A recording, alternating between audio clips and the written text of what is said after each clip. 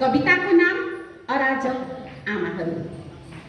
अब बदल्नु पर्छ आमाहरूले आफूलाई र फैलाउनु पर्छ अब बदल्नु पर्छ आमाहरूले आफूलाई र फैलाउनु पर्छ परिवर्तनका ध्वनिहरू छोरीहरूको मथिङ्गलमा। आमाहरूले नै अब नबोक्ने हो भने तरबार बन्धनमै बाँचिरहनेछन् छोरीहरू। आमाहरूले नै नसिकाउने हो भने आवाज बुलन्द बनाउन मौनता ओढेर निदाइरहनेछन् छोरीहरू। आमाहरूले नै नभत्काउने हो भने कुविचारका पर्खालहरू सहिरहनेछन् अझै पनि दलिन र अनिच्छाको जिन्दगी।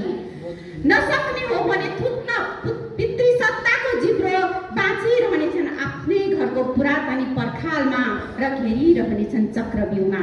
यो समय आमाहरू बलियो हुने समय हो। यो समय आमाहरूले सत्ता लिने समय हो। आमाहरूले नै सिकाउनु पर्छ अब छोरीहरूलाई उमार्न आफ्नै शरीरमा क्याक्टसका अनगिन्ती बिरुवाहरू। सिकाउनु पर्छ आमाहरूले नै खिलखिलाएर हाँस्न आफैसँग।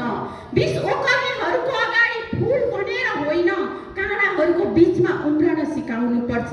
महिला विचार विरुद्ध नाच्न सिकाउनु पर्छ खुकुरी बोकेर। अन्याय विरुद्ध बमहरू पड्काउन सिकाउनु पर्छ अझै छोरीहरूलाई लगाउन व्यक्त पितृसत्ताको सोचमा आगो।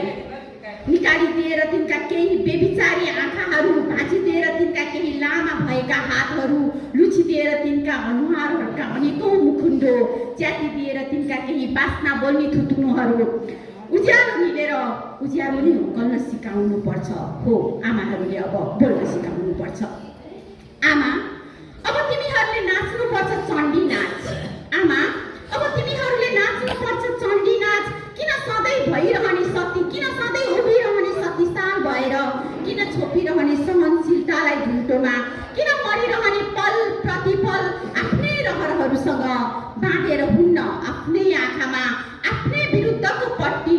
कहिले आवाज बनेर कहिले मौनता ओढेर गरिरहनु पर्छ युद्ध।